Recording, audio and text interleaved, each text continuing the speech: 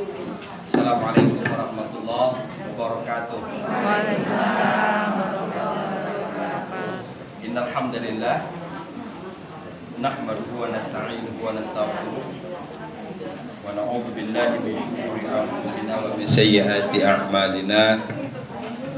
May yahdihillahu fala mudilla lahu wa may yudlil fala hadiya lahu. Asyhadu an la ilaha illallah wa asyhadu anna Muhammadan abduhu wa rasuluhu la nabiyya ba'dah. Qala Allah Ta'ala fil Qur'anil Karim, a'udzu billahi minasyaitonir rajim. Afala yatadabbaruna al-Qur'an am 'ala qulubin aqfaluha. Qala Rasulullah sallallahu alaihi wasallam, al-Qur'anu hujjatul laka aw 'alaik. Sama-sama kita ucapkan hamdalah. Alhamdulillahirabbil alamin. Nikmat iman, nikmat sehat, nikmat kesempatan Allah berikan kepada kita semua. Kita berdoa mudah-mudahan 3 nikmat ini Allah tambah dengan nikmat keempat untuk menyempurnakan yang 3 ini dengan nikmat syukur. Amin ya rabbal alamin. Mudah-mudahan Allah jadikan kita semua hamba Allah yang pandai bersyukur. Amin. Orang yang bersyukur walaupun di kantongnya cuma 10.000 girang banget. Orang yang tidak bersyukur terbayang uang di luar kantongnya 1 juta, sehingga yang 10.000 di kantong nggak pernah disyukuri. Bisa dipahami? Orang yang bersyukur walaupun gigi tinggal 2, alhamdulillah, ya gitu. Tidak akan tidak akan meratapi nasib. Ya Allah, kalau gigi masih utuh, kan udah utuh dulu awalnya, betul? Kan kita lahir ompong, kemudian numbuh gigi, habis itu ompong lagi, ya. Namanya balik menjadi bayi, gitu. Wa man nu'ammirhu nunakkisu fil khalqi afala yaqilun.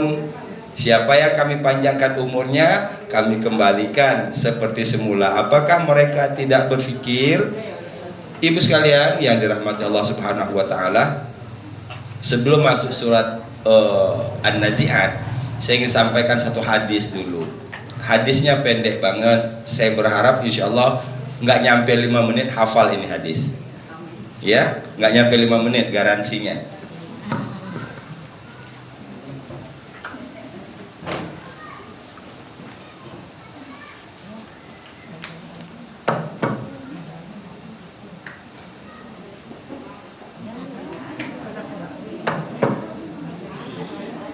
Bismillah.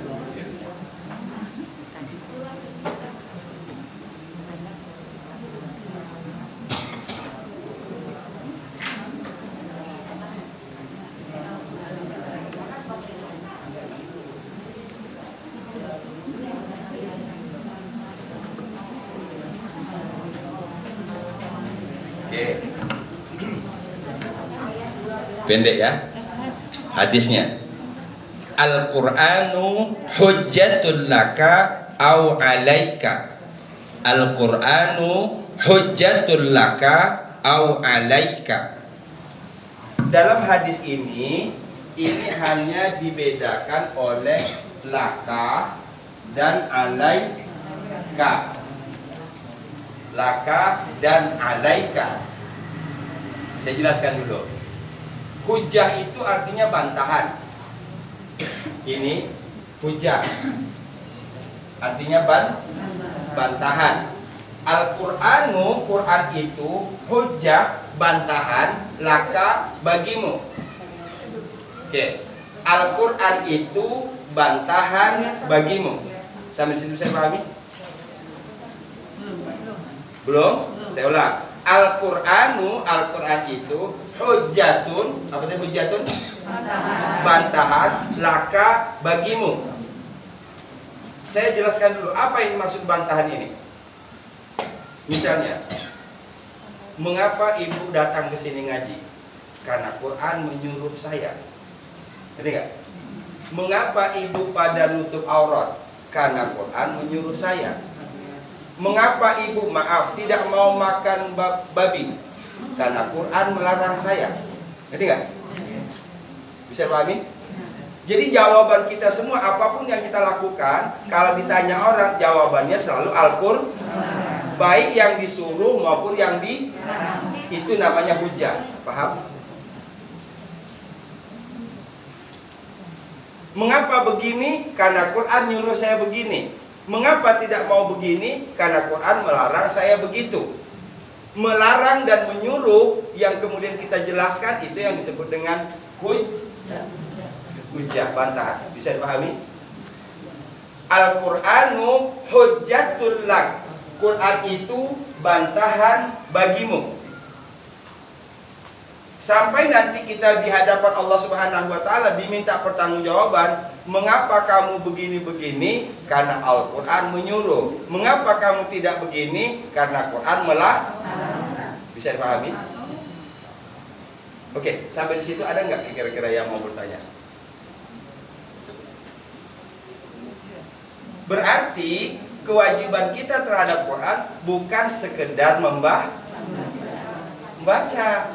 Ya enggak? Kita memahami apa yang disebutin dalam Quran harus kita amalkan. Wailul lil mutaffifin. Celakalah bagi orang yang curang. Oh, berarti saya tidak boleh curang. Nauzubillahi min. Dalam hal apapun kita harus berlaku adil, tidak boleh curang, harus transparan.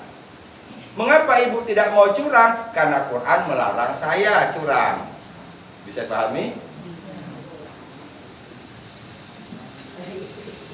Nah, apa yang dilakukan oleh kamus ini berupaya untuk sampai ke sini.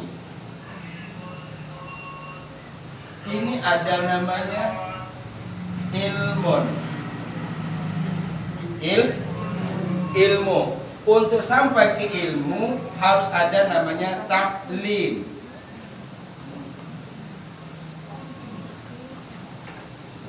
Kita ada di sini kan? Tujuan kita taklim apa? Supaya dapat ilmu. Tujuan kita dapat ilmu apa? Nanti yang ketiga, amalun.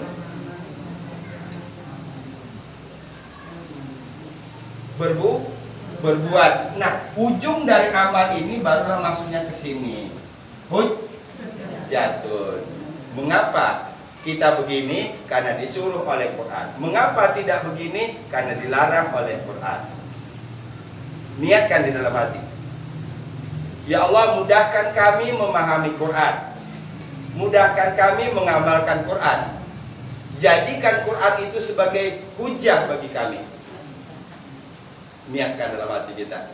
Sehingga kita didebat, jangankan di dunia, di akhirat pun kita menang. Ya, kita didebat nanti, jangankan di dunia, di akhirat pun kita akan menang. Waj'alhu lana imaman wa nuran wa hudan wa rahmah.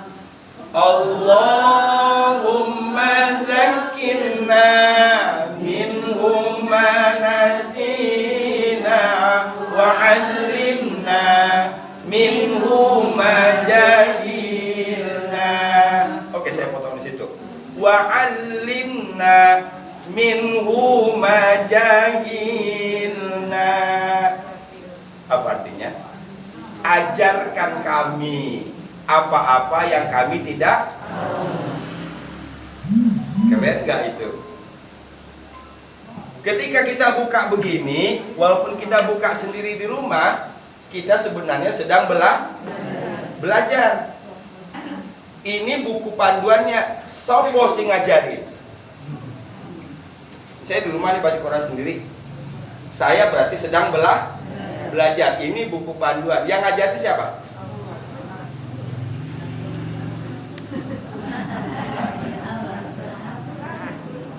Kok takut-takut? Al-Quran. Boleh, ada lagi yang lain? Siapa? Keren, 100. Ar-Rahman. Terusin. Apa artinya alama? Mengajarkan. Siapa yang ngajarin? Ar-Rahman. Siapa Ar-Rahman? Allah. Oke. Kita jadi murid, guru kita adalah Allah. Buku panduan kita, silabusnya Al-Qur'an. Gimana nggak keren coba? Tapi harus terbangun tadi, harus terbangun di sini kita, ya. Al-Qur'anu hujjatul lak. Sampai situ paham? Au alaik. Nah, kalau tidak laka, maka jadinya alaika. Pertanyaannya, apa bedanya laka dengan alaika? Kalau laka tadi jawaban kita. Mengapa begini Quran nyuruh? Mengapa tidak begini Quran melarang? Kalau tidak difungsikan seperti itu, artinya Quran hanya dibaca, selesai dibaca shadaqallahul azim. Ngerti ente? Ente. Ya? Ngamalin ente? Ente. Kalau itu tidak kita lakukan, kalau yang peran pertama tadi dia tidak dijadikan dalil, tidak dijadikan hujah, maka dia yang menghujat kita. Ini au alaik. Paham nggak? Kayaknya masih berat. Berarti di sini bedanya cuma laka dan alai. Oke, baik, saya buka dari sini dulu lah.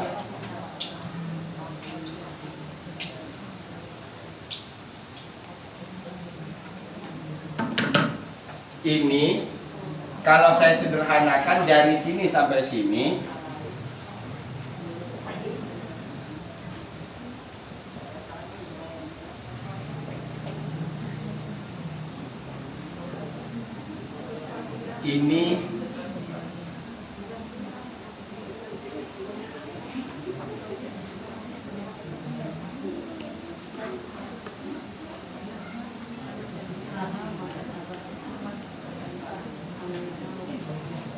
ini saya kembangkan lagi.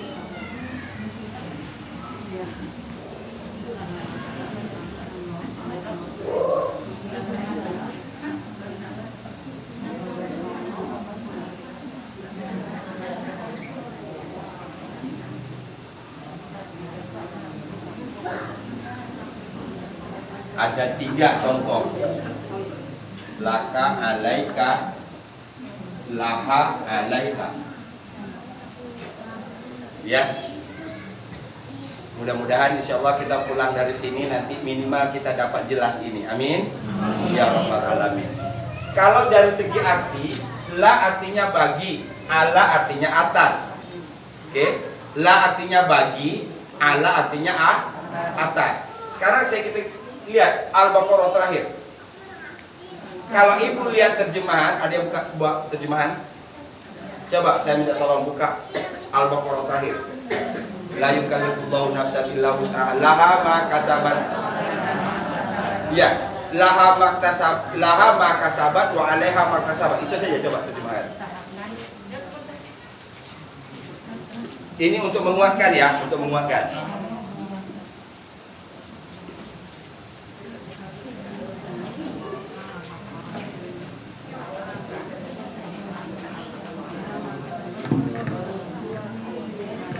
Ya Pak Ustadz. Ya. Artinya apa Ya. dibaca itunya? Allah tidak membebani seseorang melainkan sesuai dengan kemampuannya. Oke. Ia mendapat pahala dari kebajikannya yang dia usahakannya, dan ia mendapatkan siksa dari kejahatannya yang dia kerjakannya. Oke, situ aja. Oke. Dia mendapat pahala dari apa yang dia kerjakan, dari apa yang telah dia kerjakan. Dia mendapat siksa dari apa yang telah dia kerjakan. Itu terjemahannya. Terjemahannya, bahasa Arabnya laha ma kasabat wa 'alaiha maktasabat. Kata kuncinya di laha dan 'alaiha. Di sini ditambahin kata pahala, di sini ditambahin kata siksa. Pertanyaannya, ini pahala datang dari mana? Siksa datang dari mana? Kita tinggalin dulu. Sekarang kita tinggal makta sahabatnya yang kita nggak usah buat. Kita laha dan alaiha saja. Saya lanjut ke sini. Ini doa apa ini? Barakallahu laka wa baraka alaika. Doa apa? Doa apa nih? Kapan biasanya orang doain ini? Setelah akad nih? Kalau sudah nikah pernah didoain ini enggak? Itu salahnya. Ya, itu salahnya. Padahal dia tidak butuh doa itu sebenarnya waktu akad nikah. Yang dibutuhkan setelah nikah 20 tahun dia butuh ini. Ini bedanya cuman laka dan alai. Barakallahu laka wa baraka alaika. Berarti laka alaika, laka alaika, laha alaiha. Kan contoh begini. Kalau la ini sesuatu yang baik. Sesuatu yang baik. Saya ngasih ibu ini untuk ibu, laha. Ya, ini untuk ibu, laha. Tapi kalau saya ngasihkan sesuatu yang negatif, ini untuk kamu. Mukul nimpuk. Nggak boleh pakai la, pakai a. Saya ulang, ya. Saya ulang lagi. Saya ngasih sesuatu yang bagus. Maaf ya. Laha. Tapi saya mau nabokin alaiha. Kan sama-sama untuk kamu artinya. Apa yang bisa ditangkap dari dua itu?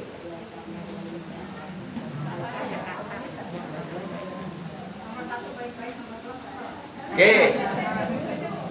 La itu untuk yang bagus, ala untuk yang tidak. Yuk, kita simpan dulu. Silakan ibu pakai nanti setiap kali buka Quran, bertemu dengan kalimat itu dalam Quran, itulah terjemahannya. Kalau di sini, laha maka sahabat baginya pahala. Dari mana datang pahala itu? Karena memahami la ini untuk sesuatu yang baik. Wa alaiha dan baginya siksa. Dari mana tahu siksa? Karena ala ini untuk sesuatu yang tidak paham. Kita kembali ke sini lagi. Barakallahu laka. Mudah-mudahan Allah memberkahi bagimu yang baik-baik. Wa baraka alaika dan mudah-mudahan Allah memberkahi bagimu yang tidak baik. Saking hebatnya doa orang Islam itu, coba. Kan dalam pernikahan kan tidak semuanya yang baik-baik, Bu. Tunjuk tangan dong, siapa yang selama nikah baik-baik semua, coba tunjuk tangan. Saya catat nih, siapa? Nggak ada. Iya kan? Yang pasti ada yang kita suka, ada yang kita tidak. Yang kita suka mudah-mudahan mendatangkan keberkahan. Yang tidak kita suka pun harus diolah bagaimana supaya menjadi Itu loh hebatnya doa itu. Mengapa pakai alaika? Betul? Coba perhatikan lagi nanti ketika doa. Barakallahu laka wa baraka alaika. Ini bukan dua kali, itu cuma sekali. Cuma satunya untuk yang bagus, satunya untuk yang tidak bagus.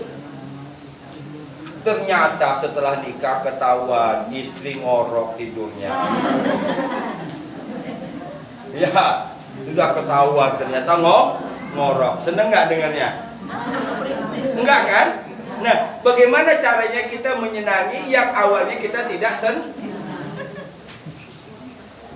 Itu doanya. Jadi berarti ketika kita mendoakan pengantin seperti itu, kita sudah memberikan kekuatan. Seakan-akan si pengantin harus paham. Oh, berarti yang kita dapati dengan pernikahan ini tetap sepasang. Ada yang bagus, ada yang tidak bagus. Ada baik, ada bu. Kalau orang paham itu, insya Allah lancar itu pernikahannya. Kan kebanyakan maunya kan yang bagus aja. Ya, kebanyakan mau yang bagus aja. Makanya doanya ada barakallahu laka wa baraka. Faham lah sama Allah? Baru paham? Alhamdulillah. Nah, kembali ke sini tadi. Al-Quran itu menjadi bantahan bagi kamu, kan bagus? Ibu ngapain sih ngapal-ngapalin Quran? Quran nyuruh saya gitu, Ustaz. Alhamdulillah. Ya, ibu ngapain sih belajar tafsir? Quran nyuruh saya begitu. Mengapa tidak begini? Quran melarang saya begitu. Namanya laka. Kalau Quran ini tidak dipergunakan untuk itu, nanti dia akan datang menghujat kamu. Itu yang disebut dengan alaika. Au di sini artinya apa? Atau kan? Jadi Quran itu mempunyai dua peran, bisa hujatul lak, bisa yang kedua hujatun alaika.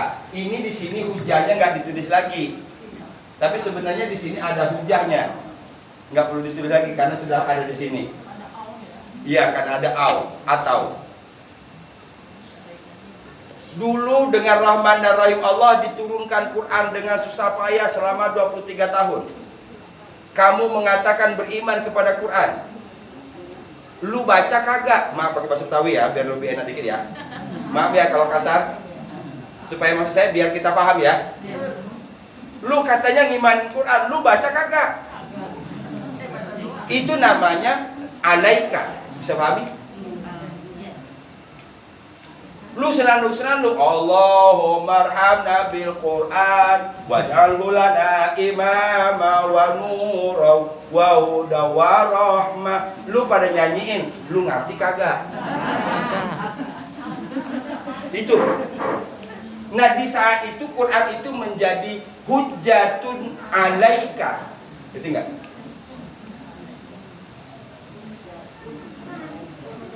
Bisa dipahami? Berarti Quran itu bisa mempunyai dua peran bagi kita. Kalau dia tidak menjadi hujatul laka, maka dia menjadi hujatun alai. Mau yang mana? Hujatul laka. Untuk bisa hujatul laka ada 3 syaratnya. Taklim, ilmu, amal. Taklim, ilmu, amal. Nanti baru di sini kita ujungnya adalah bantahan kita adalah Al-Quran. Fahim? Kecuali saya bilang tadi, berarti kesimpulannya la untuk yang positif, ini untuk yang positif, ala untuk negatif. Kecuali kalau di depannya sudah ada kata positif. Contohnya apa? Assalamu alaikum. Kata Pak Ustadz, ala untuk negatif. Iya, awalnya. Tapi karena di sini sudah ada kata salam, salam kan positif.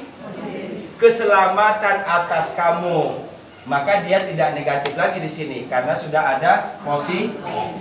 Paham? Jadi Quran itu ada 2 kemungkinan. Kalau kita amalkan, dia menjadi hujatul laka. Kalau tidak diamalkan, menjadi hujatun alai. Sebenarnya ini bukan Quran saja. Anak, yuk kita bahas lagi tadi. Anak bisa menjadi hujatul lak, bisa menjadi hujatun alaika. Bisa paham nggak? Ya itu anak gua. Enggak. Gini gitu, anak gua. Itu kira-kira yang bagus apa yang nggak bagus ditunjuk? Pasti. Ya. Itu hujatul lak. Kita berharap anak-anak kita, keturunan kita menjadi hujatul lak, qurrata a'yun. Tapi kalau tidak dididik dengan baik, anak yang akan di hadapan Allah ditanya, "Toh lu ngapa nggak sholat?" Kagak pernah diajarin sama babe. Siapa yang nanti dulu masuk? Bukan si anak ini. Babe lu siapa? No. B, kadia. Ini Betawi sama Sunda ini. Ya. B, kadia. Bisa dipahami? Oke, penekanannya masih satu, laka dan alai. Kita berharap Quran menjadi laka, anak dan keturunan kita menjadi laka, bukan alaika. Na'udzubillahi min. Jangan sampai anak menjadi memberatkan hidup kita. Kita berharap susah payah kita mendidik anak dengan harapan mereka akan mengangkat hidup kita di hadapan Allah. Itu dia kata kuncinya, di hadapan Allah Subhanahu wa taala. Paham? Pembukaan. Kita masuk surat An-Nazi'at. Ayat berapa An-Nazi'at?